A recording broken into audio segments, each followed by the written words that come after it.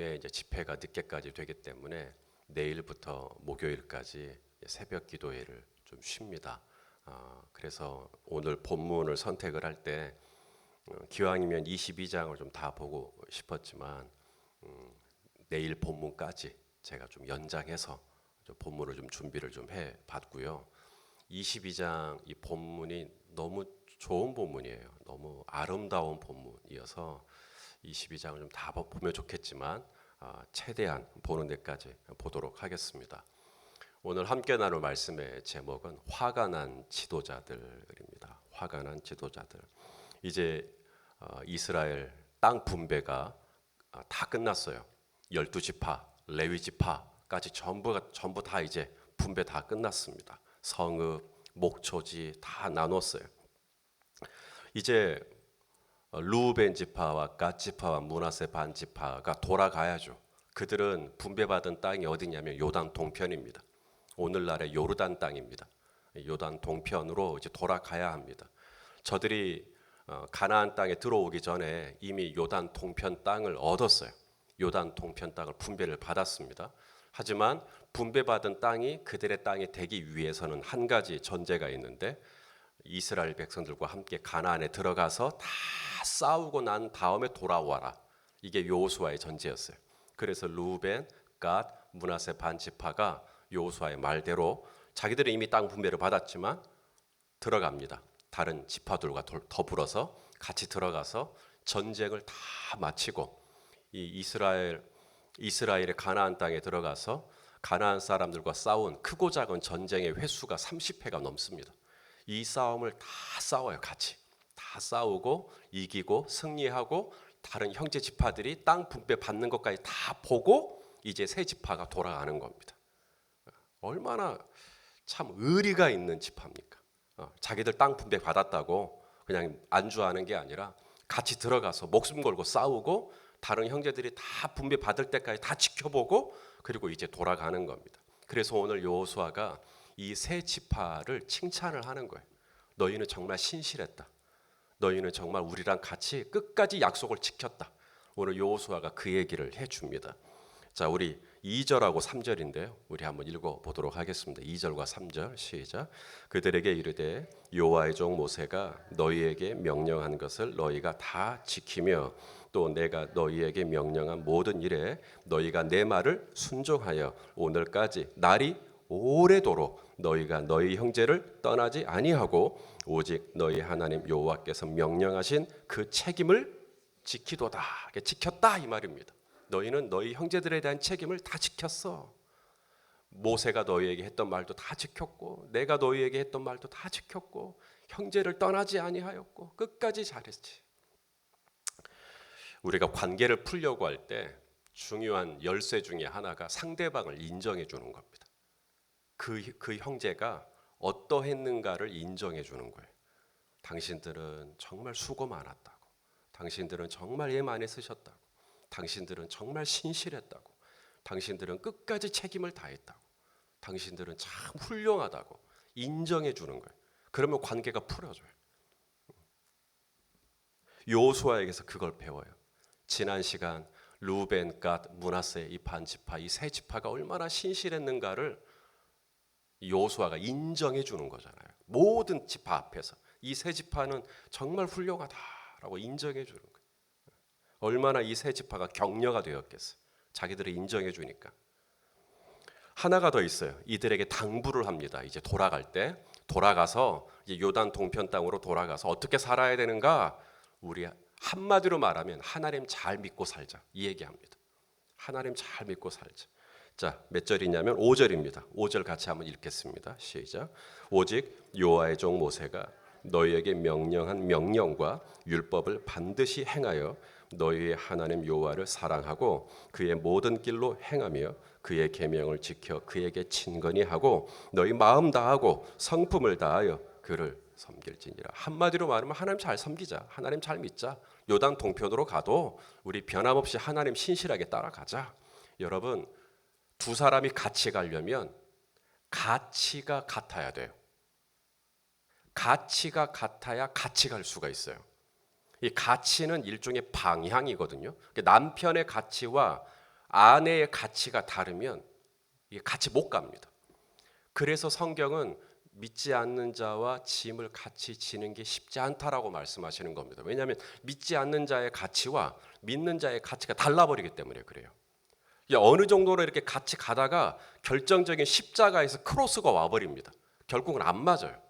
어떤 때는. 그런데 지금 오늘 이 요당 동편으로 돌아가는 이 세 지파에게 뭘 얘기를 합니까? 하나님 잘 섬기자. 이 말은 뭔 말이냐면 우리 가치를 같이 하자. 가치를 공유하자. 지금 이 얘기거든요.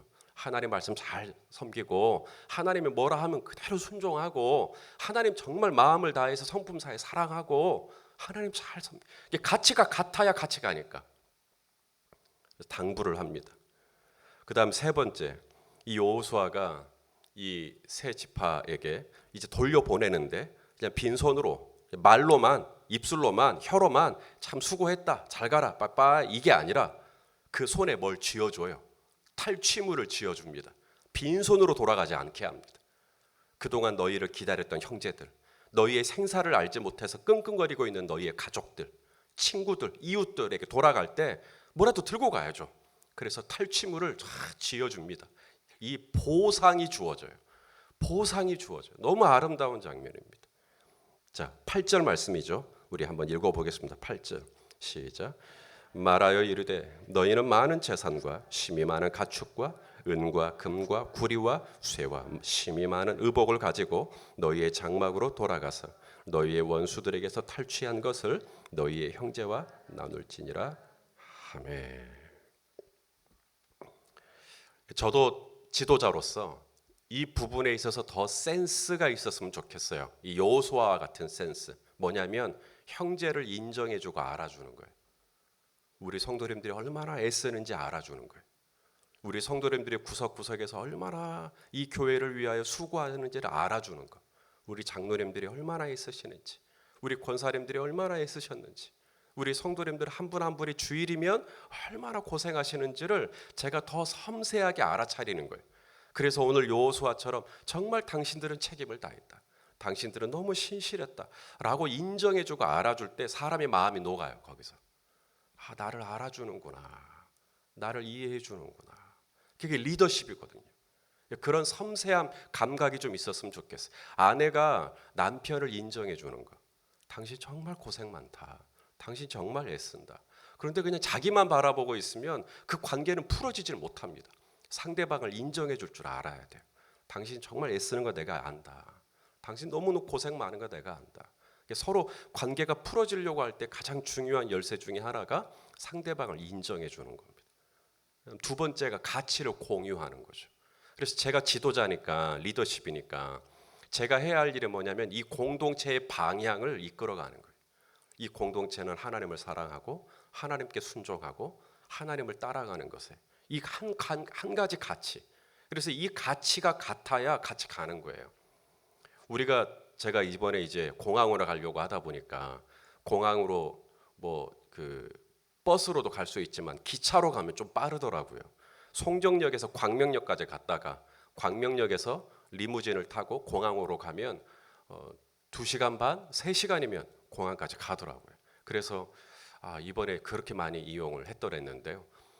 이게 송정역에서 기차를 같이 타신 분들이 이제 정읍 가고 익산 가고 저분은 나랑 방향이 같은가 보다. 저분은 광명까지 가나 보다라고 착각하면 안 됩니다.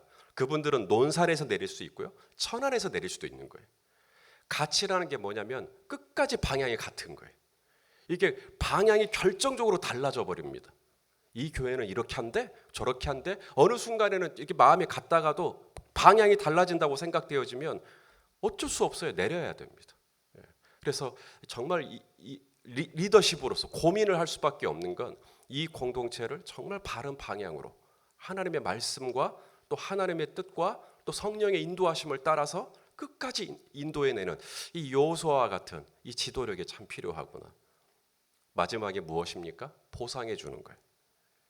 여러분 이 보상이라는 게 오늘 이 여호수아는 많은 재산과 심이 많은 가축과 막 이렇게 보상을 해주면 좋을까요, 안 좋을까요? 받아봤어야 알지. 이렇게 심이 많은 가축과 재산과 막 은과 금과 의복과 다 가져가 막 이렇게 보상을 받아보면 뭐 오지죠. 너무 좋죠. 근데 저도 목회를 해보지만 우리 성도님들 정말 고생하고 수고하시는데 보상이라는 게 정말 사소한 것, 정말 작은 것. 근데 그것에 녹더라고요, 마음이. 제가 예수전단에 가끔씩 가잖아요. 예수전단에 가서 말씀을 전해요. 그러면 예수전단에서 말씀을 전해주셨다고 봉투를 하나 줘요. 그럼 그 봉투가 돈 들어가 있는 봉투가 아닙니다. 땡큐 카드예요. 땡큐 카드. 목사님 와주셔서 감사합니다. 말씀 전해주셔서 감사합니다. 그런데 그 카드 하나 받고 마음이 다 녹아요. 보상이 돼요. 보상이. 그러니까 큰 거, 뭐 종이가 몇 장 들어가 있느냐 이거하고 상관이 없어요. 정말 작은 거라도 정말 그 사람을 인정해주고 알아주고 그리고 작은 거라도 성의를 표현해 줄 때 사람이 마음이 더 녹더라고요. 오늘 이 여호수아가 적절하게 인정해주고 가치를 공유해주고 그리고 보상해주는 이 모습을 통해서 제가 참 배운 바가 많습니다. 여기까지 보면 너무 좋아요. 이 세 지파를 요단 동편으로 돌려보낼 때 여호수아가 축복해주고 이렇게 돌려보내는 이 모습이 너무 아름답죠. 그런데 그 다음 장면, 내일 본문입니다만은 이 분위기가 험악해집니다. 막 이스라엘이 서로 싸우려 그래요. 이스라엘이 서로 이빨을 드러내고 으르렁거립니다. 이게 무슨 일이 있었던 건가? 이 요단 동편으로 돌아간 이 세 지파가 돌아가서 뭘 했냐면 제단을 쌓습니다. 큰 제단을 하나 쌓아요. 이것이 이제 요단 서편에 있던 다른 이스라엘 지파를 자극한 겁니다. 이미 실로라고 하는 하나님의 성막이 세워졌어요. 거기에 법궤가 있고요. 제단이 있단 말입니다. 거기에 실로에. 그런데 요단 동편 땅에 또 다른 제단을 만들어 놓은 거죠. 대답해 보세요. 열린 베델교회는 새벽 기도회를 어디서 드립니까? 예? 본당에서 드리죠. 여기서 드리죠. 그런데 3층에 하나 더 있다고 생각해 보세요. 그래서 교인들이 교회를 딱 들어왔는데 이게 본당으로 가야 할지 3층으로 가야 할지. 교회는 하나인데 예배 드리는 처소가 두 군데인 거예요. 그러면 성도들이 이거 어떻게 된 거냐고. 교회가 왜 이러냐고. 지금 그런 상황인 겁니다. 제단은 하나인데 제단은 하나여야 되는데 그래서 한 공동체여야 되는데 이게 쪼개지게 생긴 거예요. 그러니 이 요단 서편의 지파들이 흥분을 해갖고 아니 어떻게 3층에다가 또 다른 새벽기도처럼 만들 수가 있느냐고 하면서 이제 뭐라 한 거예요. 뭐 우리가 그 이후의 본문까지 다 읽었다면 아시겠지만 이거 오해입니다. 이 요단 동편이 그 동편으로 돌아가서 제단을 쌓은 것은 우리가 이제 앞으로는 실로까지 안 가고 그냥 이 요단 동편 가까운 곳에다가 예배를 드리기 위함이 아니었어요. 이 요단 동편의 형제들이 돌아가서 제단을 쌓은 이유는 자기들의 후손이 하나님의 은혜를 잊어버릴까 봐 하나님의 은혜를 기억하게 하기 위한 일종의 기념제단이었어요. 그래서 우리는 하나님 섬기는 사람들이고 우리는 하나님 말씀에 순종하는 사람들이고 우리는 이 아이덴티티를 잊지 않기 위한 몸부림의 제단이었어요. 그래서 거기서 또 다른 예배를 드리겠다는 게 아니라 우리가 하나님께 속한 백성이라고 하는 일종의 사인으로서 공동체의 신앙 고백을 담아 제단을 만든 거였어요. 그래서 이 오해가 다 풀립니다. 그런 거였냐고. 그래서 싸우지 않고 돌아가는데요. 제가 오늘 보려고 하는 것은 뭐냐면 이 서쪽 지파, 이 서쪽 지파가 화가 나갖고 막 흥분을 했는데 이 흥분을 한 이 모습이 너무 아름다운 거예요. 여러분 흥분을 왜 하냐면 애정이 있기 때문에 그런 거거든요. 그래서 이 서쪽 지파가 이 동편 지파들에게 와서 어떻게 제단을 하나 더 만들어내느냐라고 할 때 이 서편 지파의 마음 속에 있는 이 믿음이 드러납니다. 신앙이 드러나요. 그 내용을 좀 보고 싶은 겁니다. 자, 첫째는 이겁니다. 과거의 역사. 이 서편 지파들이 이 동편 지파가 제단을 만든 것 때문에 흥분을 했던 이유가 뭐냐면 과거의 역사를 기억하고 있기 때문에 그래요. 자, 과거의 역사. 어떤 과거를 기억하고 있는가? 두 가지. 오늘 본문에 보니까 17절에 부올의 역사. 부올의 역사. 그 다음에 마지막 20절에 아간의 역사. 이 두 가지 역사를 기억해요. 미련한 자는 경험에서 배우고 지혜로운 자는 역사에서 배운다는 말이 있어요. 이 서편에 있던 이 지파들이 역사를 아는 거예요. 부올의 역사, 아간의 역사. 부올의 역사가 뭐죠? 모압 평지에서 모압 여인들과 행음을 하면서 우상을 숭배합니다. 그때 하나님이 이스라엘에 재앙을 내리시죠. 이스라엘이 몇 명이 죽냐면 2만 4천 명이 죽습니다. 이걸 기억하고 있는 거예요. 까딱에서 제단을 하나 만들고 하나님을 떠나면 우리 2만 4천 명 죽었던 거 기억 안 나냐? 이 얘기예요. 지금 역사를 기억하고 있는 거예요. 역사를 기억하니까 이러면 안 된다라고 이야기를 하고 있는 거예요. 우리 예전에 이럴 때 하나님께 다룸을 받지 않았냐? 우리 이럴 때 하나님께 혼나지 않았냐? 우리 이렇게 했을 때 그 전에 하나님이 얼마나 성을 내셨냐? 이걸 기억하고 있는 거예요. 그래서 하지 말자. 또 하나 아간의 역사죠. 20절 말씀을 한번 읽어보겠습니다. 20절 시작. 세라의 아들 아간이 온전히 바친 물건에 대하여 범죄함으로 이스라엘 온 회중에 진노가 임하지 아니하였느냐. 그의 죄악으로 멸망한 자가 그 한 사람만이 아니요. 이게 죄를 범한 사람은 누구예요? 아간, 세라의 아들 아간. 그러니까 아간이 죄를 범했고, 그러니까 죄를 범한 사람은 몇 사람이에요? 한 사람. 그런데 그 아간의 죄로 말미암아 그 다음 아이성을 공격할 때 이스라엘 백성들이 죽어 나간단 말이죠. 그러니까 한 사람이 범죄한 것으로 당신 동편 세 지파가 범죄한 것으로 절대 끝나지 않는다. 당신들이 죄를 지으면 우리까지 손해를 본다. 이건 뭘 의미하죠? 이건 공동체성이라고 하는 이걸 갖고 있는 거예요. 당신들의 죄는 당신들의 문제는 당신들의 문제와 당신들의 죄로 끝나지 않는다. 당신들이 잘못하면 우리 전체가 피해를 입는다. 이건 공동체성입니다. 공동체성이 없으면 그 얘기를 못해요. 당신이 잘못하신 건 당신 문제를 당신이 알아서 해. 이렇게까지 상관없이. 그런데 이 루벤 지파와 갓 지파, 므낫세 반 지파가 뭔가 좀 이상해지니까 다른 지파들이 형제 지파들이 이러면 안 된다고 우르르 달려들어서 절대 그러면 안 된다고. 우리는 한 몸이고 우리는 한 민족이고 우리는 한 나라고 우리는 한 백성이고 우리는 하나님 외에 실로 외에 또 다른 제단을 만들고 그러면 안 된다고. 그러면 하나님의 이 재앙이 진노가 우리 전체에게 임하게 된다고. 역사를 기억하고 있는 겁니다. 우리 성도님들이 요사이 대표 기도를 할 때 공동체라는 단어가 기도문에 많이 등장을 합니다. 하나님 이 공동체를 불쌍히 여겨주십시오.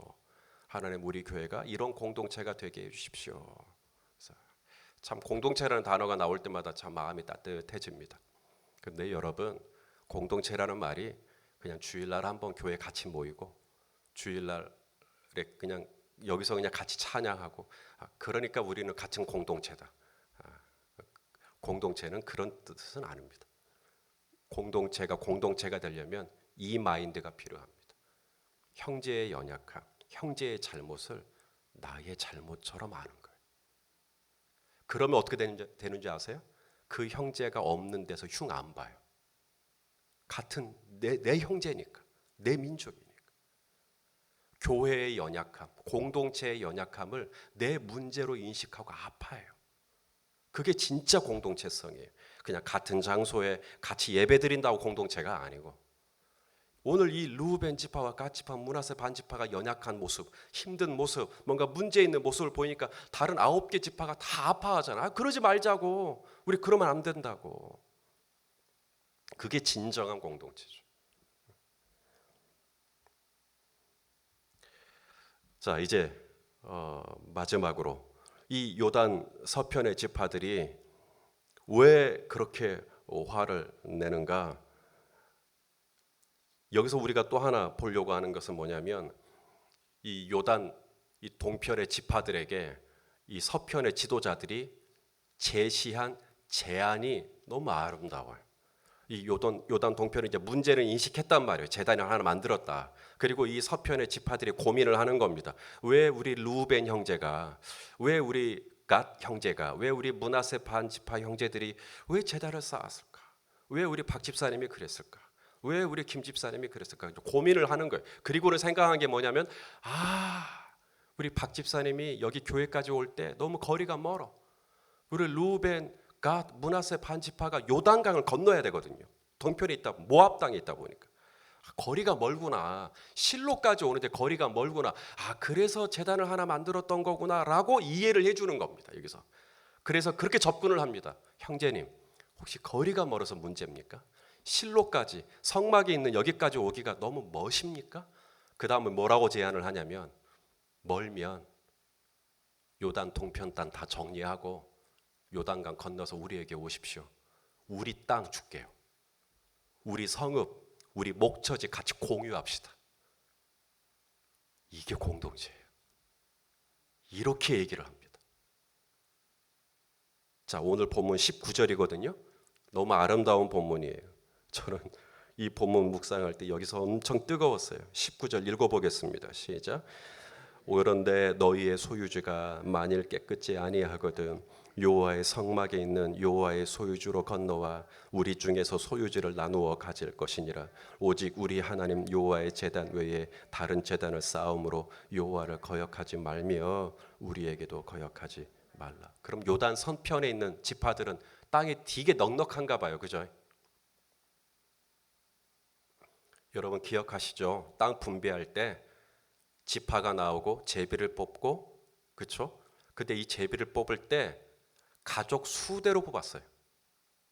그러니까 50가정이면 그 지파가 50가정이면 50가정에 속할 수 있을 만큼의 면적을 받았고요. 100가정이면 100가정을 수용할 수 있는 면적을 받았다 이 말입니다.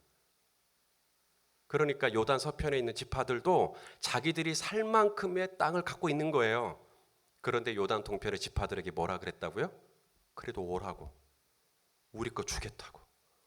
우리도 뭐 이렇게 막 넘쳐나고 남고 막 이런 건 아니지만 그래도 당신들이 오면 우리 성읍에서 같이 살고 우리 목초지에서 당신 거 같이 기르고 우리 그렇게 같이 살자고. 그래서 제발 하나님의 제단을 하나로 통일하자고.